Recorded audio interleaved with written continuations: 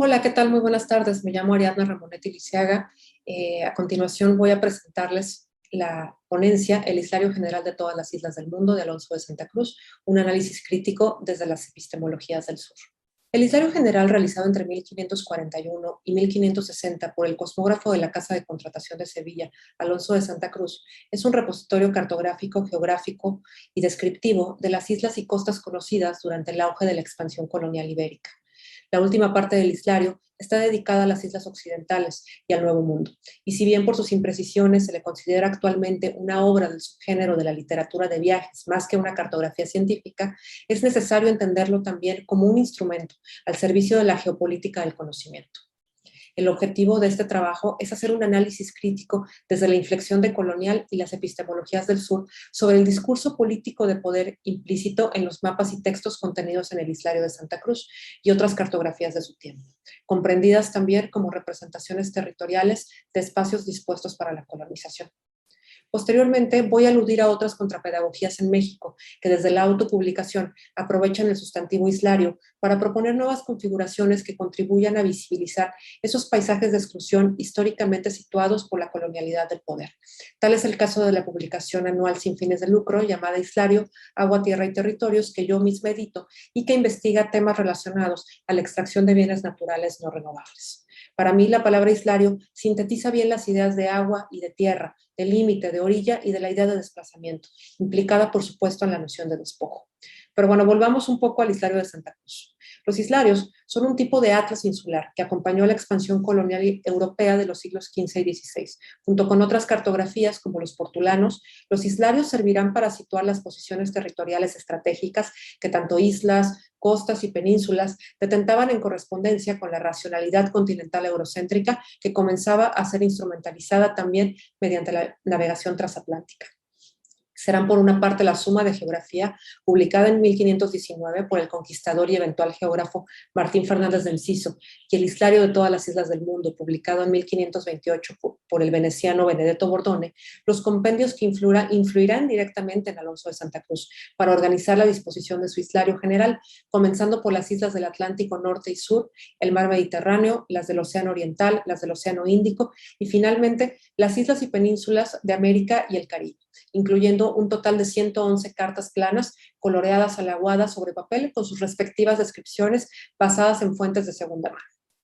La obra de Santa Cruz es un híbrido entre el tratado científico y la literatura geográfica y estará determinado por su labor de cosmógrafo mayor, cargo que ejerció de 1536 hasta su muerte en 1567. Durante más de 30 años, Santa Cruz tuvo acceso a prácticamente todo el archivo colonial hispánico depositado en la Casa de Contratación: cartas de relación, inventarios, crónicas, instrumentos para la navegación y mapas de toda índole, incluido el ahora llamado Mapa de Uppsala o de México Tenochtitlán de 1550,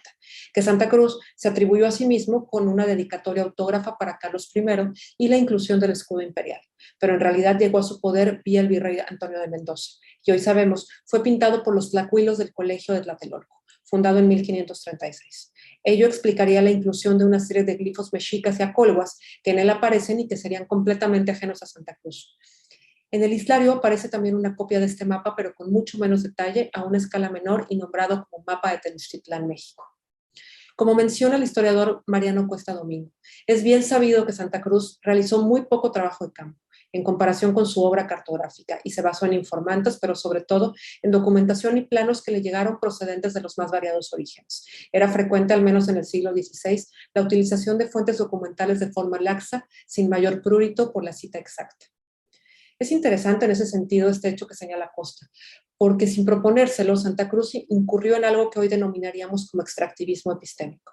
al no acreditar autoría a los saberes ancestrales plasmados por los pintores indígenas del colegio, pero sí dando crédito hasta 46 autoridades, donde se encuentran Claudio Ptolomeo, Herodoto, Homero, entre otros autores europeos. Como señala Rosa Pellicer, sin embargo, para la cuarta parte, la dedicada a las islas occidentales, solo consigna 3 autores: Pedro Mártir de Anglería, Américo Vespucci y Gonzalo Fernández de Oviedo, y silencia a otros 2 autores que indudablemente conoció y utilizó, como Fernández de Enciso y Bordone, pero también pasa muy cerca de la segunda carta de Cortés al hablar de la isla de Tenochtitlán. En todos estos autores se basó también Santa Cruz sin darles crédito, para conformar su Islario General, el cual irónicamente le fue plagiado después de muerto por Andrés García de Céspedes, cosmógrafo mayor de Felipe III, quien se atribuyó la autoría del repositorio cartográfico, simplemente esgrafiando el nombre de Santa Cruz y sustituyéndolo por el propio en la portada y otras fojas del interior, borrando las dedicatorias a Felipe II y a Carlos I. Este último le habría encomendado la realización del Islario General de todas las islas del mundo a Alonso de Santa Cruz en 1539. Enfoquémonos entonces en esta encomienda, finalizada en 1560 por instrucciones de Felipe II. La intención es comprender al Islario General como un instrumento geopolítico de conocimiento que estaba sujeto al patrón modernidad-colonialidad en relación al sistema mundializado de poder eurocéntrico que se expandió territorialmente durante todo el siglo XVI. A diferencia de otras cartografías de la época realizadas ex profeso por y para pilotos, capitanes, mercaderes, navegantes y otros agentes colonizadores, el Islario era una obra de divulgación especulativa, reunida por mandato de los monarcas españoles para su disfrute, conocimiento y consumo privado, que serviría para alentarlos a continuar colonizando y conquistando nuevos territorios estratégicos. Si bien Santa Cruz detentaba preocupaciones científicas que le permitieron producir conocimientos en varios dominios, como la crónica histórica, la cartografía, la cosmografía, la elaboración de instrumentos de navegación, etc., su obra fue poco divulgada fuera de la corte de los Austrias, y sus trabajos permanecieron confinados a su gabinete de geógrafo, en el que puesto que nunca se alejó de su tierra natal en todo ese periodo, en el cual fungió de cosmógrafo mayor en la casa de contratación, como ya lo hemos mencionado. El Islario General de todas las islas del mundo nunca fue utilizado para navegar, ya que era un atlas en proceso de corrección permanente, un trabajo de laboratorio ejecutado a posteriori, consistente en analizar, comparar, seleccionar, entrelazar y combinar el mayor número de datos procedentes de la observación directa de los más diversos colaboradores y consignados en un corpus de escritos de la más variada naturaleza, tales como relatos de viajeros y relaciones de marinos y exploradores. El Islario fue una obra en proceso, sometida durante 21 años a múltiples revisiones por Santa Cruz y a la que iba añadiendo fragmentos sobre nuevos territorios colonizados de acuerdo a la información a la que tuvo acceso como funcionario. Por ello, existen varios manuscritos y borradores del Islario. En la Biblioteca Nacional de Viena está uno, en la Biblioteca Nacional de Besanzón y en el Archivo General de Indias de Sevilla. Todos ellos previos a la entrega final de 1560 a Felipe II, que se encuentra actualmente en la Biblioteca Nacional de España. La presencia de nuestra América se encuentra asignada en la cuarta y última parte del Islario, dedicado a las islas occidentales. En ella, Santa Cruz incluye las islas de las que poseía información, pero también se basó en la única experiencia de viaje que tuvo fuera de la península ibérica en toda su vida, acompañando a la expedición de Sebastián Caboto de 1525 a 1530, como veedor. Caboto buscaba llegar al archipiélago indonesio, conocido en aquel entonces como la Especiería, pero finalmente fracasó en su expedición y tuvo que volver a España, vía el puerto de Veracruz, pasando por las Islas Bahamas, lo que le permitió a Santa Cruz conocer el espacio insular caribeño y antillano, aunque no queda claro si sus impresiones son producto de su breve paso por la región o provienen mayormente de otros autores, como Gonzalo Fernández de Oviedo, cronista militar y regidor de Santo Domingo en 1532, quien al igual que el autor de Islario, configuró un imaginario deshumanizado sobre la alteridad insular caribeña. Sin proponérselo, Santa Cruz también contribuyó a construir diversos repertorios simbólicos para la colonización, por medio de un conjunto heterogéneo de citas eruditas, citas clásicas, junto a exactas observaciones coetáneas también, pintorescas leyendas por otro lado, absurdos tópicos y tradiciones escasamente fundadas, como menciona Cuesta. Esto en consonancia con las arqueologías normativas del poder y del saber implícitas en el pensamiento humanista eurocéntrico del siglo XVI, que impuso una geopolítica del conocimiento, creando simultáneamente la ficción de que los territorios contenidos en aquel Islario pertenecían o estaban en potencia de pertenecer al poder imperial de los Austrias. En ese sentido, y citando a Boaventura de Sousa Santos, la principal característica estructural de los mapas reside en que para desempeñarse adecuadamente en sus funciones tienen inevitablemente que distorsionar la realidad. Porque como también apunta el geógrafo cultural J.B. Harvey, los mapas se usaron para legitimar la realidad de la conquista y del imperio, contribuyendo a la creación de mitos que ayudarían a conservar el status quo militar. En la descripción que lleva a cabo Santa Cruz respecto a la alteridad caribeña y antillana, encontraremos inscritas diversas formas de la colonialidad del ser, entendida como el efecto que la deshumanización y la subalternización han provocado en la experiencia vivida de la herida colonial. Así describe Santa Cruz a los indígenas caraibes o caribes como una suerte de monstruos, y cito, que eran como una pestilencia del género humano, comiéndose hombres o mujeres como carneros u otra caza, de los cuales, placiendo a nuestro Señor con el favor y auxilio de vuestra majestad, por sus súbditos y vasallos, será presto todo este continente libre de cosa monstruosa y contumeliosa a la humanidad de los hombres. Si bien no podemos reprochar a un autor del siglo XXI sus cerradas perspectivas sobre el mundo con ojos del siglo XXI, es importante denotar aquí la superioridad moral de los textos que acompañan a los mapas de Santa Cruz en relación al poder eurocéntrico que ejerció una colonialidad del poder sobre los territorios de América, basada también en el triunfalismo de la religión católica para legitimar la empresa colonial ibérica. Y ese hecho está presente en la visión providencialista explícita en lo que respecta a la inclusión del espacio insular caribeño y antillano incluido en el islario. Estas descripciones serán ampliadas y analizadas en el cuerpo del texto final que nos convoca para esta ponencia. Para profundizar en los mapas incluidos en el islario, se utilizará el concepto de pensamiento abismal, el cual es definido por Boaventura de Sousa Santos desde las epistemologías del sur, como un sistema de distinciones visibles e invisibles, como una línea, en ocasiones imaginaria o metafórica y en otras física, producida por el pensamiento occidental dicotómico, que suele dividir las experiencias y los saberes de la realidad social en dos: una realidad hegemónica que se encuentra adentro de la línea porque es útil, inteligible, normada y apela a la razón, y otra que es completamente lo opuesto. La división es tan radical que lo que se encuentra fuera de la línea suele producirse socialmente como no existente. Ahí se halla lo que ha sido olvidado, lo que es percibido como violento o peligroso, lo subalterno, lo marginal, lo que no está normado por el saber científico y lo que debe ser invisibilizado sin posibilidad de tener una doble presencia en ambos lados de la línea. Y cito, la división es tal que el otro lado de la línea desaparece como realidad, se convierte en no existente y de hecho es producido como no existente. En el contexto de este trabajo, la línea abismal está configurada por lo que estos mapas trazan físicamente sobre el papel. La manera de Santa Cruz de llevar a cabo los contornos de las geografías que sitúa es especialmente interesante porque signa una adentro y una afuera. Al interior de estas líneas, de estas islas y penínsulas, encontramos lugares estratégicos que, siguiendo a Harley, fomentan el concepto de un espacio socialmente vacío. Todo estrato de identidad étnica es suprimido del mapa en actos que equivalen a un genocidio cultural.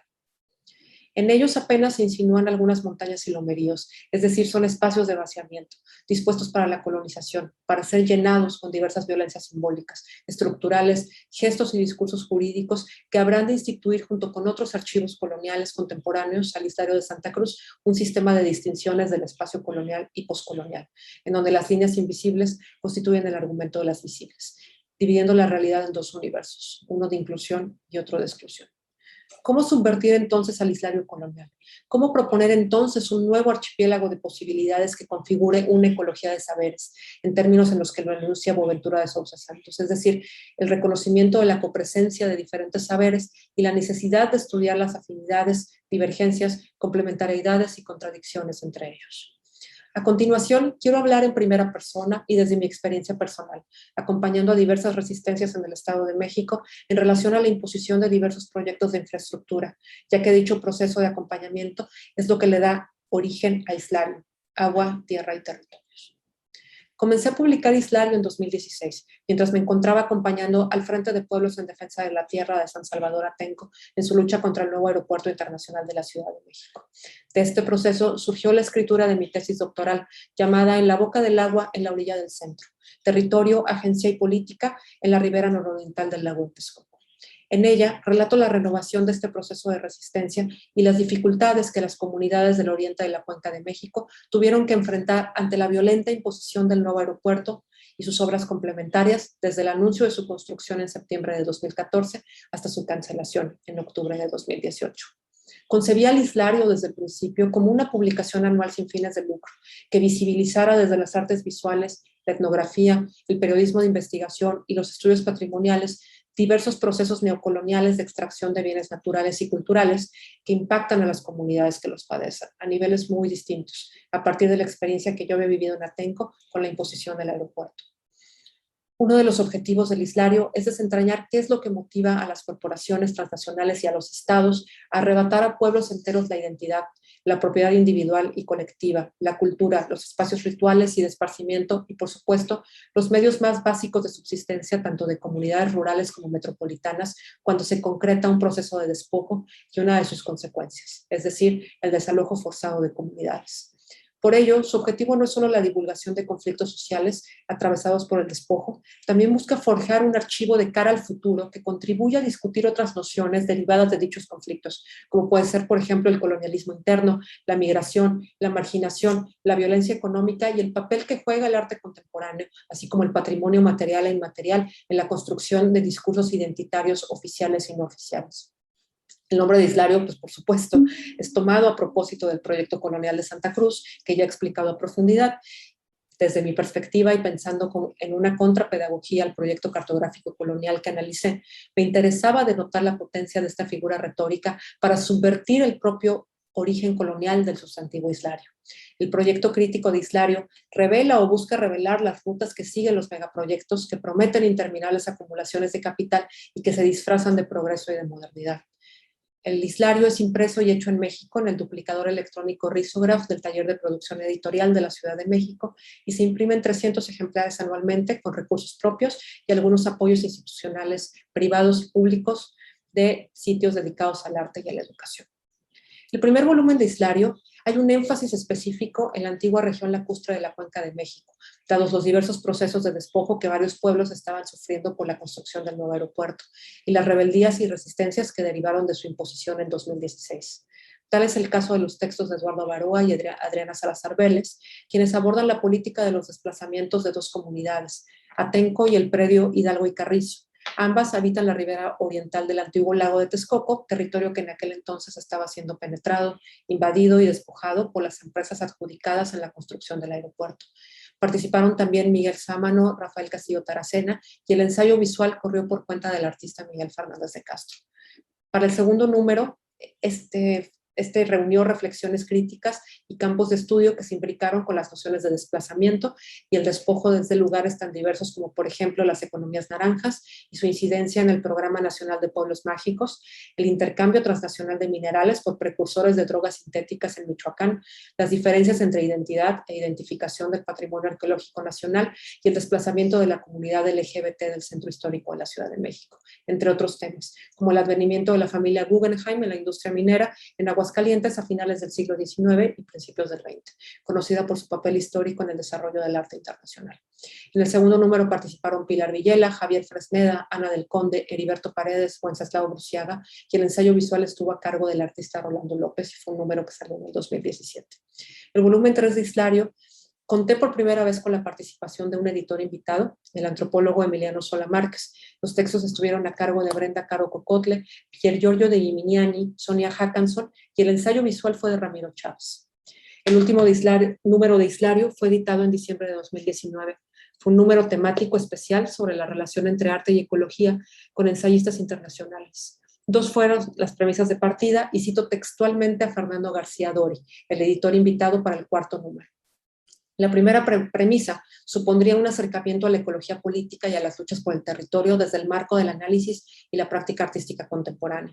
Algunos de los textos incluidos hablan de posibles estrategias a seguir, ya sea pensando al artista como activista, a la manera de TJ Demos, u orientadas hacia una superación de los límites entre sujeto y objeto de investigación, como sugiere Jennifer Titz. Juan Canela, por ejemplo, examina formas localizadas y de larga implicación en proyectos que en este momento alumbran posibles formas de entender el lugar del arte en ambas orillas del Atlántico y que se deben a la idea del giro copernicano que suponen también los aportes cosmovisionarios de Hu Fang o Donna Haraway. Asimismo, hay textos como el de Megan Bissonet, orientados a entender los problemas y las encrucijadas en las que se encuentra el arte contemporáneo con la intención de afrontar la cuestión ambiental a partir de reflexiones muy valiosas sobre la estetización de lo tóxico y el nihilismo oscuro de la complacencia en la degradación ecológica que excretan nuestros modos de vida. Con ello nos referimos a los modos de vida en cuanto a productores culturales profesionales que pasan por elementos como la deslocalización vinculada a la idea de residencias artísticas sobre las que Taro Elfling lanza importantes cuestionamientos. Tenemos también en este número de Islario marcos teóricos de gran valor y en necesaria y constante redefinición que incorporan, por ejemplo, el análisis del antropoceno o el posthumanismo desde la identidad racializada y la identidad indígena. como bien tratan Sakiya Iman Jackson y Sue Todd en sus ensayos. A las colaboraciones artísticas se suman dos propuestas: el ensayo visual de Edgardo Aragón, quien a través de una serie fotográfica tomada en un deshuesadero de automóviles llamado El Paraíso en Oaxaca, reflexiona sobre tópicos como la migración forzada por la pobreza y el trabajo precario en contraposición con el automóvil como epítome del éxito y el progreso. Y por otro lado, la intervención de Brenda Anayatzin Ortiz, quien fue invitada a participar encartando una aparente postal temática, cuyo objeto es protestar en contra de la recategorización que la Secretaría del Medio Ambiente y Recursos Naturales ha impuesto al Nevado de Toluca, un volcán sagrado en México que está en riesgo de ser privatizado. En conclusión, y ya para cerrar mi ponencia, quiero decir que desde mi perspectiva, creo que es posible, en tanto agentes culturales, contribuir a la noción de resistencia, si se da la disposición y el tiempo para promover diversos procesos de acompañamiento que devengan en una repercusión de más largo aliento, que pueda concretarse en una obra, una publicación o algún tipo de memoria visual de carácter pedagógico, que contribuya a difundir las diversas causas por las que se lucha. En mi caso, las que me interesan son las causas que luchan en contra del extractivismo, del despojo, de la violencia económica y el desplazamiento. Y considero que estos temas pueden tratarse no solo desde los circuitos tradicionales del arte y la cultura, también a ras de tierra, acompañando y apoyando a esas organizaciones sociales e individuos que todavía hoy resisten y no se han doblegado ni ante la imposición ni ante el desasosiego. Muchas gracias.